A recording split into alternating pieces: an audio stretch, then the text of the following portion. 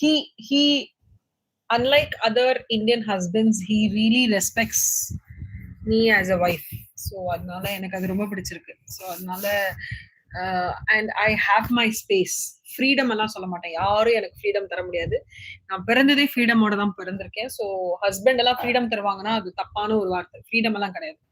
He gives me my space and I give him his space. For example, என்னோட X colleagues, X பாய் ஃப்ரெண்டோட எல்லாம் நான் பேசுறேன்னா he will know that I speak to them. என்ன ஒரு நாளும் தப்பா நினைச்சது கிடையாது. என்னோட எக்ஸ் பாய் ஃப்ரெண்ட்ஸ் எல்லாம் வீட்டுக்கு வந்திருக்காங்க, அவரோட பேசியிருக்காங்க.